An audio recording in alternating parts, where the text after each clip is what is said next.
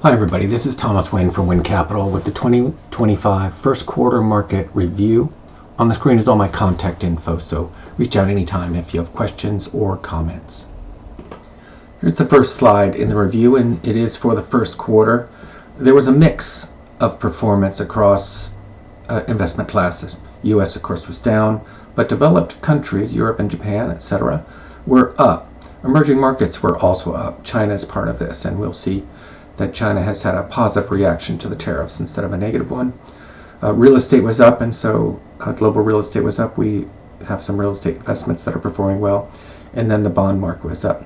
So a diversified portfolio that owns more than just U.S. stocks and bonds performed better than a concentrated portfolio, and that's why we are globally diversified in general. Before we go any further, just to get oriented about where the market was and where it went and where it's ended up for the period that we're looking at. And we're looking at, but late last year, we're looking at the quarter itself, and we're also looking at the year to date. So we're going to take a look at each of those, and we'll take a look at a graph in a second. Okay, here's the graph, and it's very, very busy, just like the other graphs that we're going to see with the chart of the market and the news.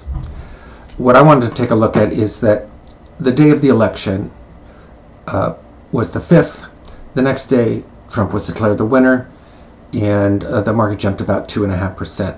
Went up for the next couple of days, and then started gyrating around all the way through. The inauguration was January 20th, but we came very close to. We eventually made all-time highs over here, but very close to all-time highs.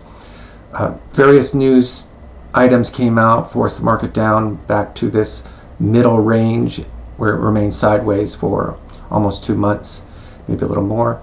Rallies went down to the trend line again, up again, down again, up again, and the all-time high was made on this date, the 19th of February.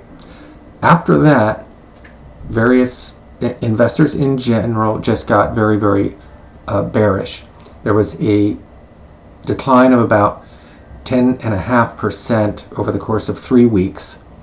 Then we had a little bit of a rally, and then some sideways to down action until we got to the day of the tariffs.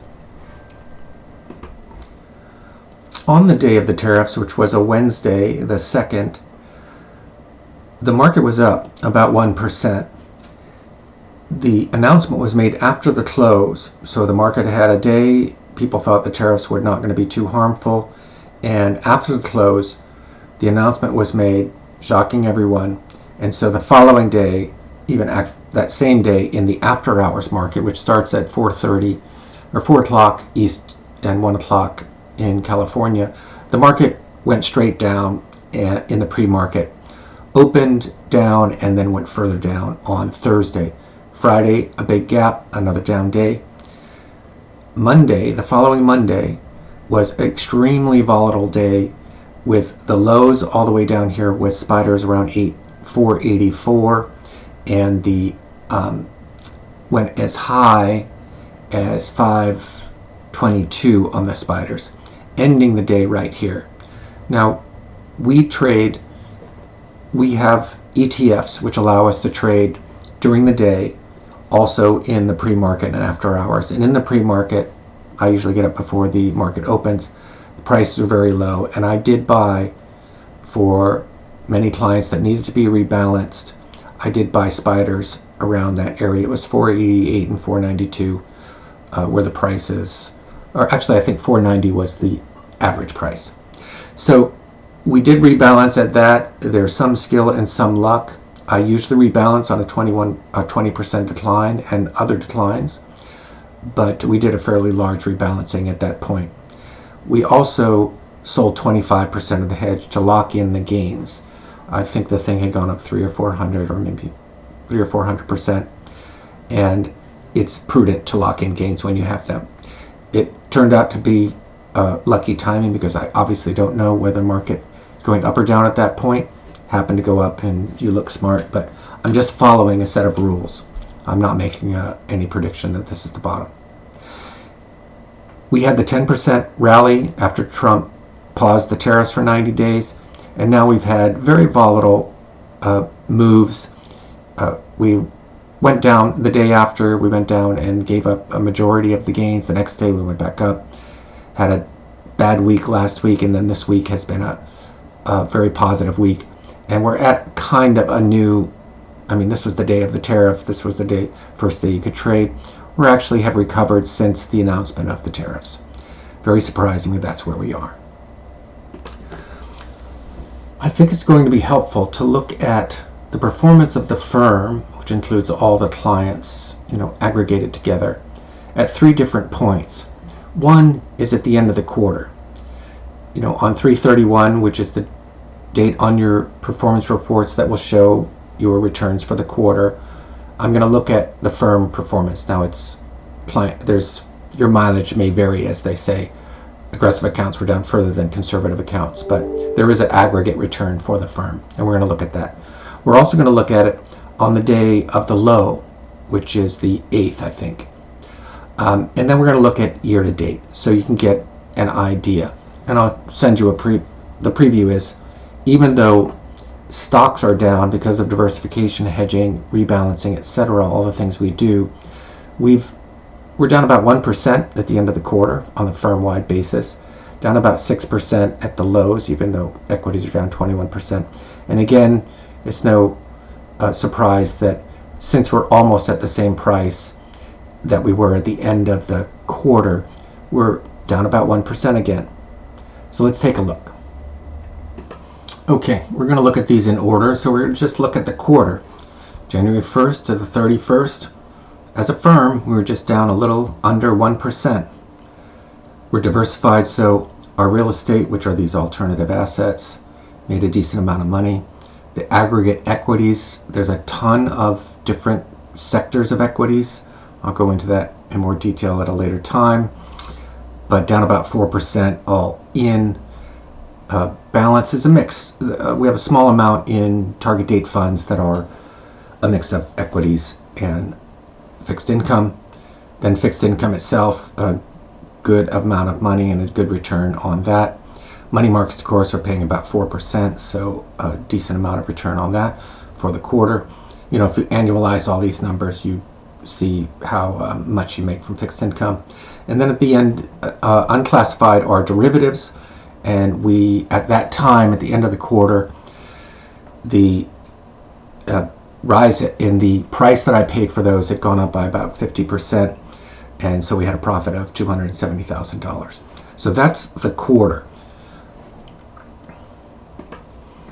So the quarter wasn't too bad, but when we look at the market lows that happened on 4/8/25, things start getting a little bit more hairy. Equities, of course, were the big loser. U.S. equities were down more than 15%. A big mix of equities are in that category. And the firm as a whole, remember, we do have some very aggressive, tech-centric clients that lost way more than 5.8%. If you're 100% invested in one of the big tech companies, you got hit pretty hard. We did mitigate some of those with hedging and other strategies, but again, real estate had a little bit more time and a little bit more income. Big decline, 6.9 million in equities, balance down as well. Fixed income was helping, money markets helping, and about a 300% increase in the value of the hedge, making almost 900,000, and 25% of the hedge was sold at those lows, and so some of this money got locked in. Not all, obviously. I did not want to, I usually do sell the whole hedge at 20% decline, but under these circumstances I wanted to stay hedged. So the market rallied, the hedge declined in value. It's still about double what we paid for it, but this was what was helping us at that moment. Along the top now, these are obviously the asset classes. We have the beginning market value, since we're looking at everything in these 3 lists as the amount that we're managing on the first of the year. Ending amount is the difference between new clients and deposits by existing clients, which was this amount, and the loss So we were down about 2 million from the beginning of the year. Now we're looking at performance of the firm as a whole as of yesterday, Friday the 25th. And again, the beginning market value is the same. Ending market value is now positive because the market rallied so much from a $6 million loss to a $2 million loss. We made a little less. Some of the value of the hedge was down, but it's still basically doubled in value, and some of it has been locked in. And then all the other things continue to rise as time goes by. Real estate pays more and more of its dividend and interest. Bonds continue to make a little bit more, and money markets have made a little bit more in time. So even with those three periods, we were down about 6%, but at the end of the quarter, and as of yesterday, the firm is down about 1%. Again, there are some positive people returns that have conservative fixed income portfolios, very, very low returns on low losses on average, but some clients have much larger losses than that are very, very aggressive. If we get back to the slides, here's the longer term market summary. Instead of looking at a quarter, we're looking at multi-years. 1 year, again, positive all the way across the board, even after the decline in this last quarter. The 5-year returns, these are annualized returns. Anything greater than 1 year are annualized. So the U.S. market's been going up at 18% per year over the last 5 years, and etc. down 20 years, 10% return.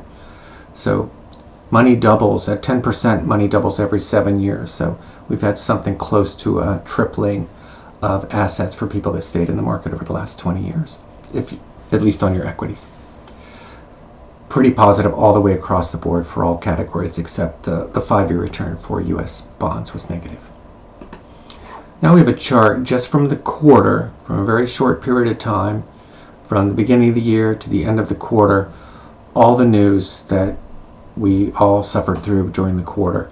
A very, very volatile daily set of policies that were very, very shocking and breaking a lot of norms.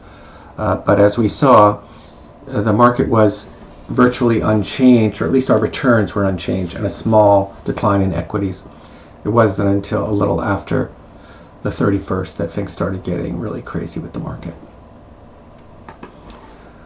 Now, instead of a 3-month time period, looking at a 12-month time period. So we go back to March of last year, and then the craziness of the end of last year and the beginning of this year. You can always pause and read all of these little news items, but it goes without saying that we're probably going to have a continued uncertainty and volatility going forward. As usual, we're going to look at the three types of equities. There's tons of sectors and everything, but in general, let's look at the U.S. Then we're going to look at foreign developed, Europe and Japan. Then we're going to look at emerging markets that include China. So the U.S., only one category at positive returns, and that's large value.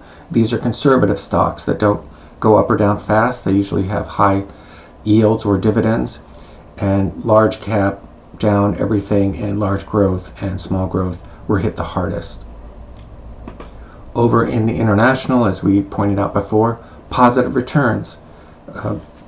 I'm not sure what investors are thinking, why they think the rest of the world is going to thrive during this difficult period and an unpredictable and uncertain period, but that's where money is flowing out of the U.S. and into these foreign countries.